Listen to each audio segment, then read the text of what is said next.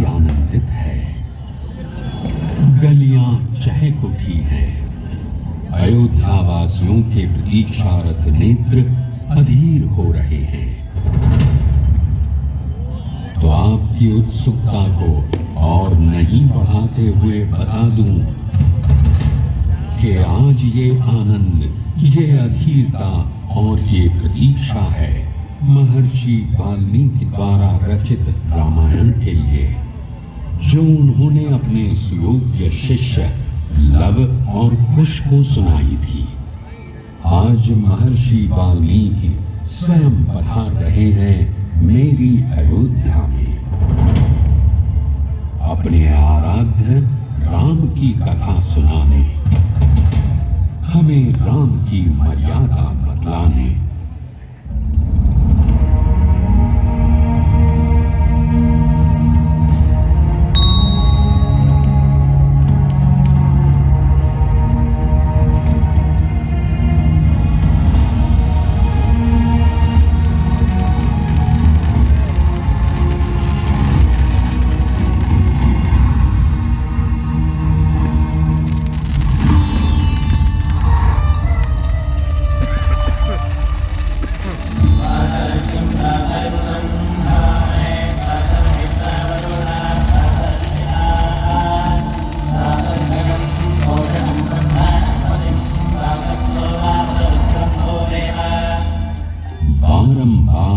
कृतज्ञ प्रणाम है धरा के इस परम भाग्यशाली अंश को, राम की पावन पवित्र जन्मभूमि को।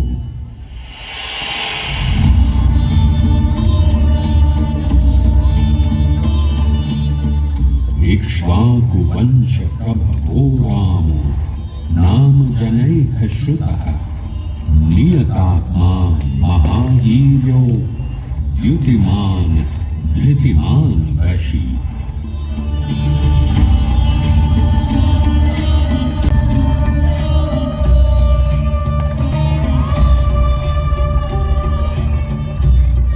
मैं केवल राम कहूं तो मर्यादा के समस्त सर्वोच्च मापदंड स्वतः परिभाषित और स्थापित हो जाते हैं। फिर भी मैं उन आदर्शों को बार बार रेखांकित करता हूं जो राम को मर्यादा पुरुषोत्तम बनाते हैं।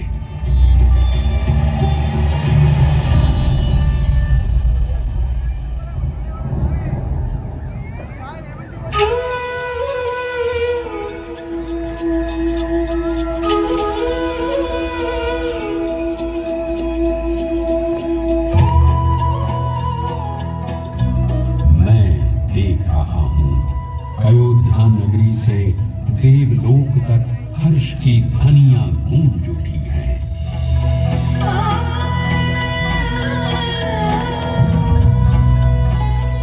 त्रिलोकीनाथ प्रभु श्री राम ने मां कौशल्या की कोख से प्रकट होकर पृथ्वी लोक को धन्य कर दिया है।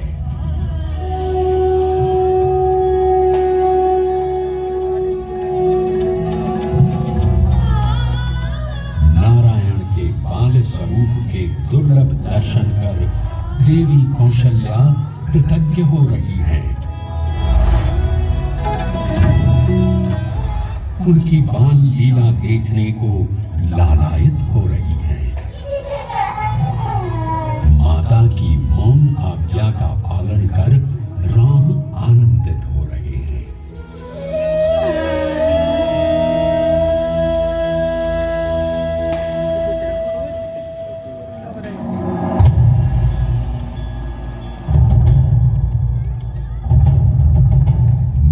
देख रहा हूं इधर राम किशोरावस्था में पदार्पण कर रहे हैं, उधर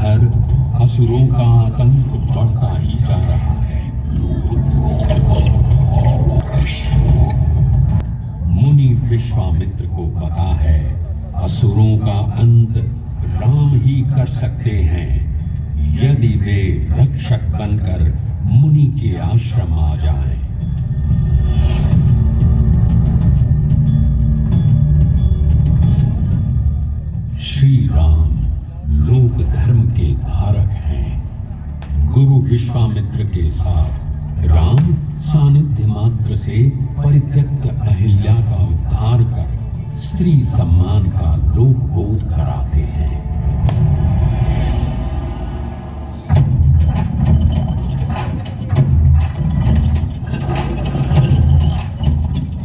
गुरु विश्वामित्र के साथ राम जनकपुर पहुंचे हैं।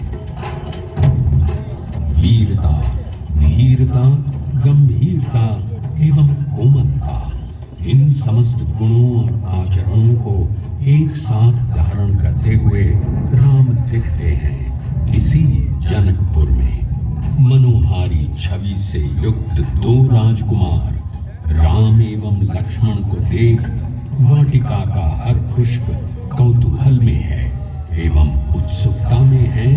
जनक दुलारी सीता श्याम वर्ण के राम के अनुपम सौंदर्य को देखकर सीता आह्लादित हो उठी है।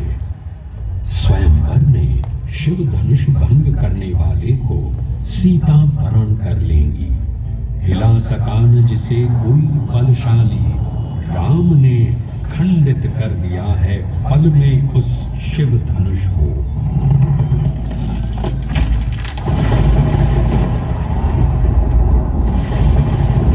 परंतु राम के पौरुष की परीक्षा तो अब होने वाली है।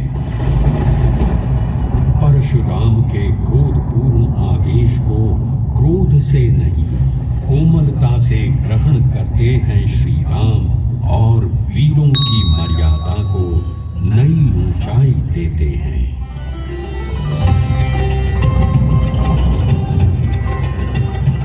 आज राम अयोध्या पधार रहे हैं।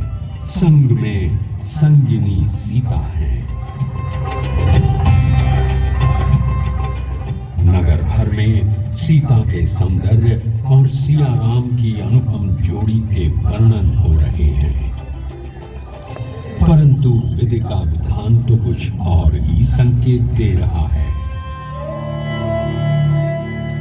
कैकेयी हठ ठान बैठी है। अयोध्या के सिंहासन पर भरत बैठेंगे और राम 14 वर्षों के वनवास को जाएंगे। दशरथ स्तब्ध हैं। स्तब्ध है सारी नगरी। विवादों और विमर्शों से कुल की मर्यादा की रक्षा हेतु राम वन गमन को सहर्ष स्वीकार करते हैं।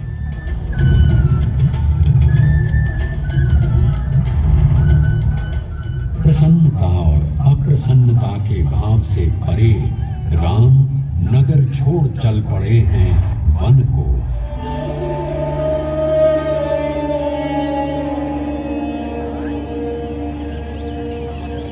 राम केवट को निषाद राज की उपाधि से अलंकृत करते हैं।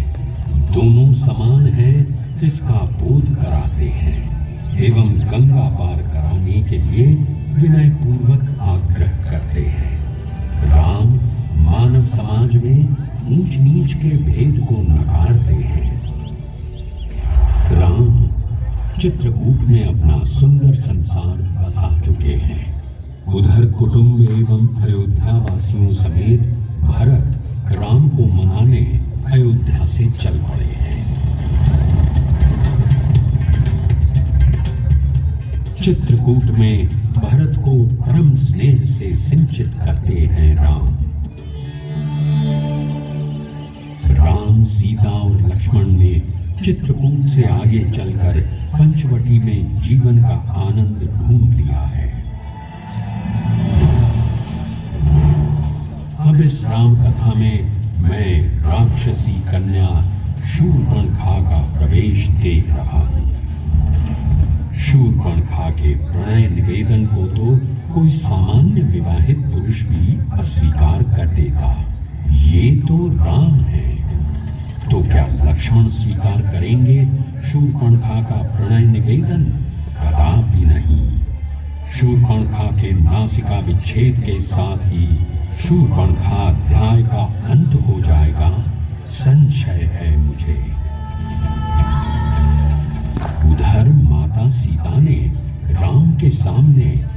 स्वर्ण मृगछाल प्राप्ति की लालसा प्रकट कर दी है। राम स्वर्ण मृग की सत्यता जानते हैं, परंतु वर वचन की प्रतिज्ञा को धारण करने वाले राम सीता के आग्रह को ठुकरा ही नहीं सकते। मारीच शत्रु है, उसका भेद प्रकट हो गया है, परंतु राम उसे शत्रुभाव से किंचित नहीं देखते। वैकुंठ धाम जाने की उसकी इच्छा भी पूरी करते हैं। मायावी स्वर की सत्यता लक्ष्मण भी नहीं जान पाए। सीता अपनी कुटिया में अकेली पड़ ही गई। सीता लांग गई है लक्ष्मण रेखा। अपनी चाल में सफल हो गया है रावण।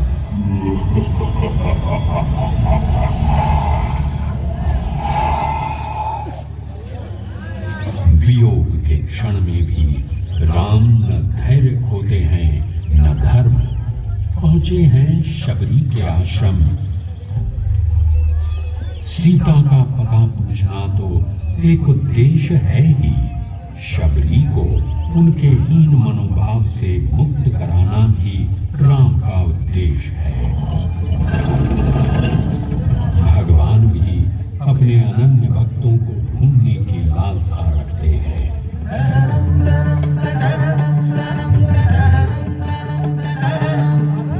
सीता को ढूंढते पर्वतमालाओं पर विचरण करते राम इसी अन्वेषी भाव में प्राप्त कर लेते हैं अपने अनन्य भक्त हनुमान को एवं सुग्रीव को।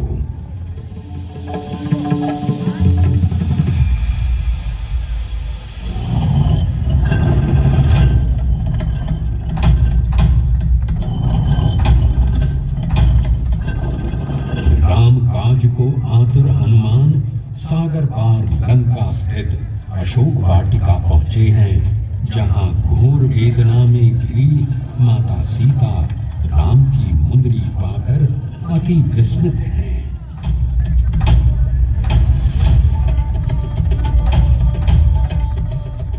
आएंगे प्रभु राम रक्षा को, सीता का विश्वास और प्रबल हो गया।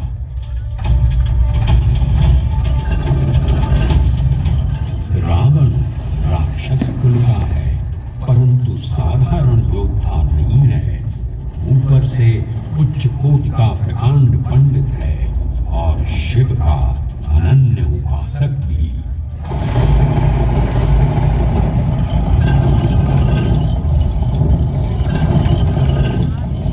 रावण की स्वर्ण जड़ित लंका की दमक राम की भक्ति और प्रतिबद्धता से भरे हनुमान के ओज के आगे मंद पड़ जाती है। हनुमान की युक्ति काम आती है।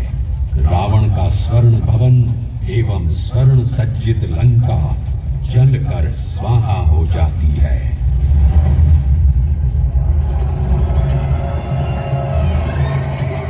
लंका में भीषण युद्ध छिड़ चुका है।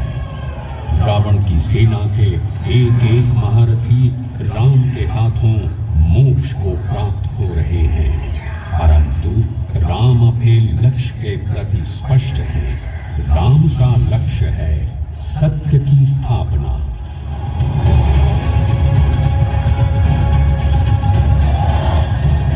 युद्ध के मैदान में ये ऐसी अशुभ घड़ी आ गई है। मूर्छित लक्ष्मण की रक्षा के लिए संजीवनी लाना संभव भी है या नहीं?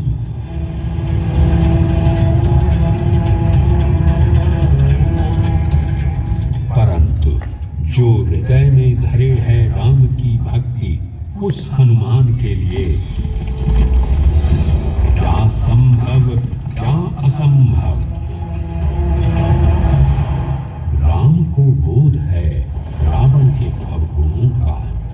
राम दंडित करेंगे रावण को और खंडित करेंगे दंभ उसका।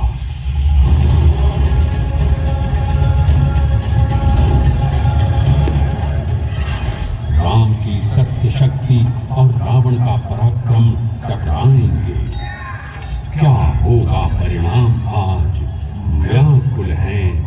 वेद सभी।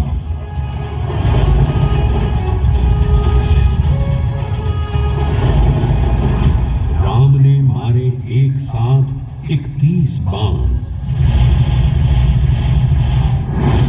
कट गए रावण के समस्त सिर, सूख गया नाभि का अमृत कुंड। गिर गया दशानन धरती पर। जय घोष उठा है देवलोक से।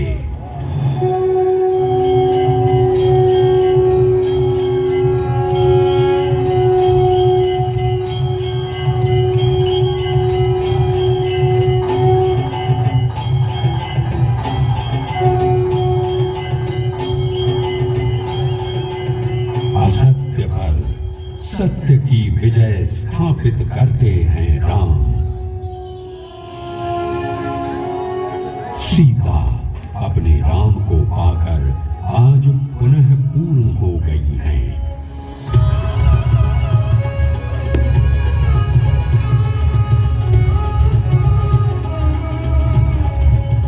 प्रसन्न हैं तीनों लोगों के देवतागण।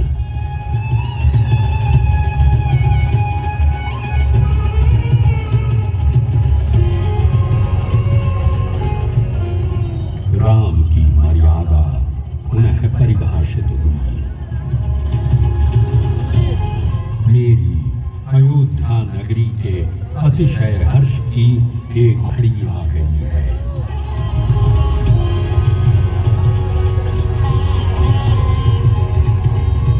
प्रभु राम और देवी सीता की चरण धूलि को पाकर अयोध्या पुनः धन्य हो जाएगी।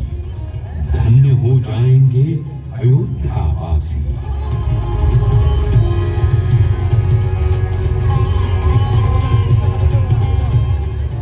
दीपों से सज रही है नगरी सारी।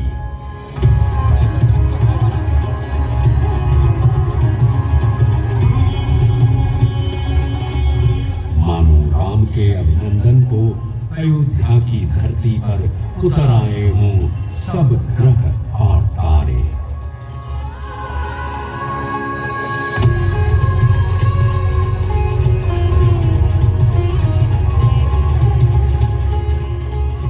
दीपमालाओं की स्वर्ण किरणों से आलोकित अयोध्यापुरी की ऐसी शोभा देख देवलोक भी विस्मित और आनंदित है।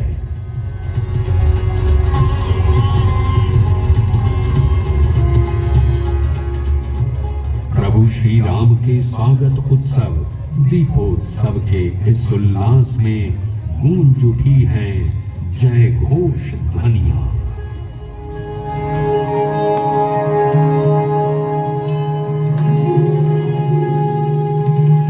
बोलो सियावर रामचंद्र की जय।